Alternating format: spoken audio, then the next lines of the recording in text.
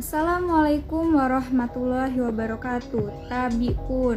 Kami dari kelompok 7 yang beranggotakan 3 orang, yaitu saya sendiri Rizka Awali Rodiah dengan NPM 2013023060 dan rekan-rekan saya yaitu Regita Gustiana Cahyani dengan NPM 2013023044 dan Rosania dengan NPM 2013023066. Di sini kami akan membahas materi tentang yaitu yang pertama menjelaskan pengertian paragraf, yang kedua macam-macam paragraf, dan yang ketiga syarat-syarat paragraf yang baik. Yang pertama yaitu menjelaskan pengertian paragraf. Pengertian paragraf dari beberapa ahli. Paragraf merupakan inti penuangan buah pikiran dalam sebuah pikiran.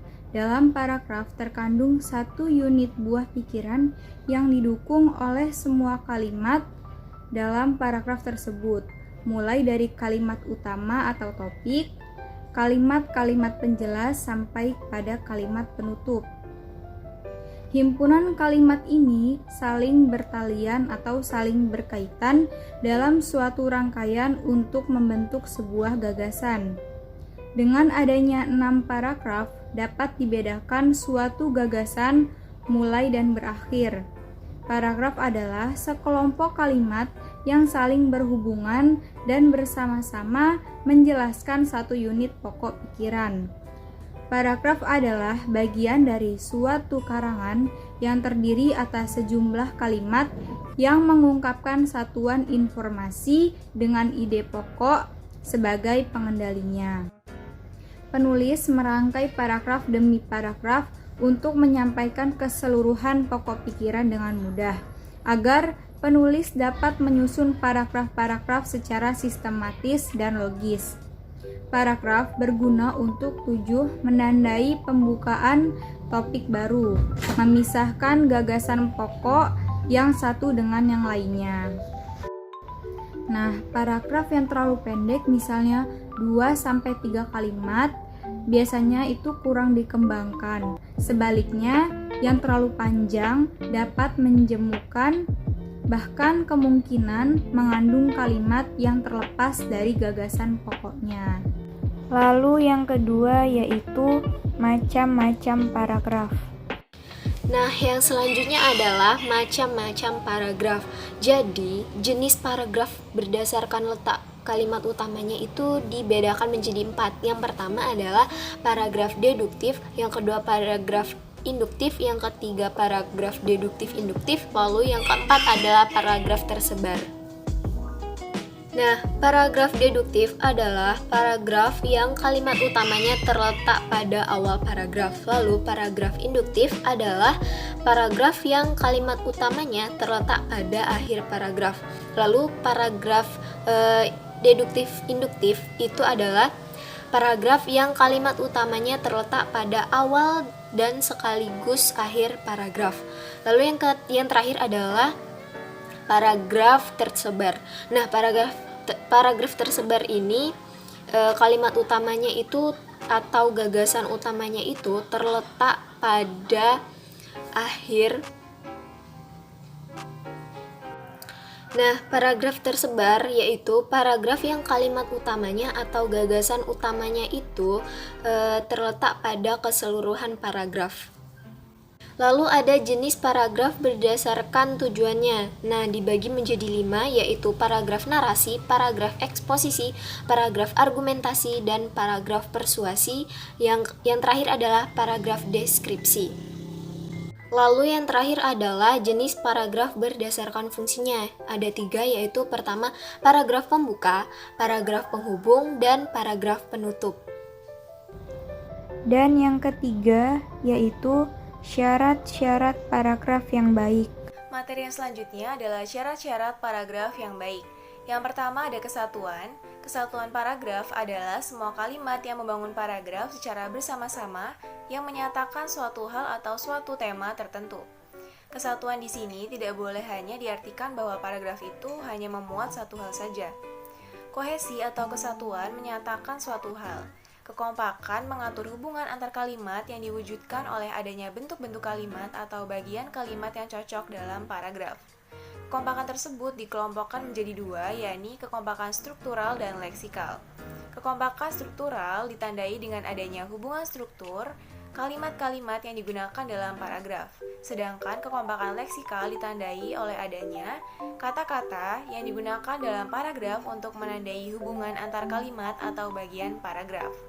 Kekompakan struktural diungkapkan dengan struktur kalimat yang kompak dan serasi, yakni dengan menggunakan pengulangan atau repetisi struktur kalimat dalam penggunaan gagasan yang berbeda atau pengungkapan gagasan yang berbeda.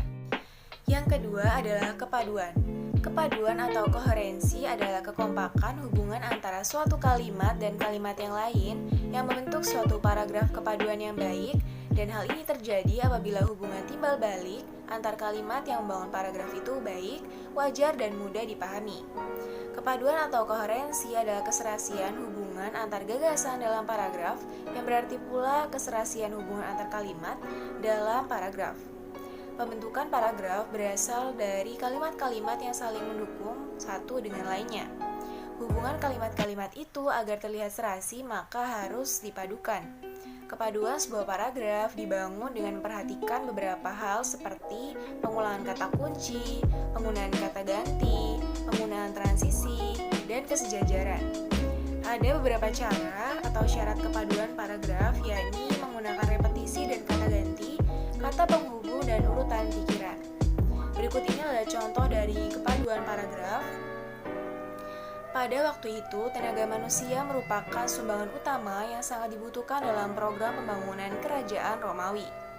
Tenaga manusia yang puluhan ribu jumlahnya diorganisasi secara rapi untuk membuat jalan, saluran irigasi, ataupun gedung-gedung yang penting. Dengan tenaga manusia dijalankanlah mesin-mesin pengangkat barang dan benda-benda berat, pemompa air, penggerak perahu, dan sebagainya. Pendek kata, tenaga manusia menjadi sumber energi utama. Pada paragraf tersebut menunjukkan bahwa kalimat-kalimatnya saling berhubungan dengan serasi. Gagasan dasar paragraf tersebut adalah tenaga manusia merupakan sumbang utama atau sumbangan utama yang dibutuhkan dalam program pembangunan kerajaan Romawi. Gagasan pengembangnya terletak pada kalimat kedua, ketiga, dan keempat. Ketiga adalah kelengkapan atau pengembangan. Gagasan dasar dinyatakan ke dalam kalimat topik, dan gagasan pengembangan dinyatakan ke dalam kalimat-kalimat penjelas atau lanjutan. Kelengkapan sendiri ini adalah suatu paragraf yang berisi kalimat-kalimat penjelas yang cukup untuk menunjang kalimat topik. Paragraf yang hanya ada satu kalimat topik itu dikatakan paragraf yang kurang lengkap. Contoh paragraf dapat diperhatikan sebagai berikut. Seusai meneguk minuman keras di Jalan Walter Monginsidi, Kelurahan Keranjingan, Kecamatan Ajung, korban bertambah seorang lagi, yakni Lukman Wijaya, warga Kelurahan Kepatihan, Kecamatan Kaliwates, Jember ini, ditemukan tewas di rumahnya. Pada Selasa 9 April, Kanit Reskrim Polsek Sumbersari, Ibda Suyitno Rahman, saat mendampingi Kepala Polsek Sumbersari Komisaris Sugiyo Wibowo pada Rabu 10 April mengatakan, kini masih satu orang lagi yang berada dalam kondisi kritis. Kompas, Kamis 11 April 2013. Itu adalah contoh paragraf. Pada paragraf itu berisi satu gagasan dasar, yaitu setelah dua orang tewas, korban bertambah seorang lagi. Selanjutnya adalah pengembangan paragraf. Pengembangan paragraf adalah pembentukan paragraf dalam teks yang dikaitkan dengan paragraf yang lain. Hasil pengembangan ini adalah untaian paragraf yang menunjukkan paragraf yang cocok dengan paragraf yang lain. Demikian yang dapat kami sampaikan. Terima kasih dan mohon maaf apabila ada kesalahan.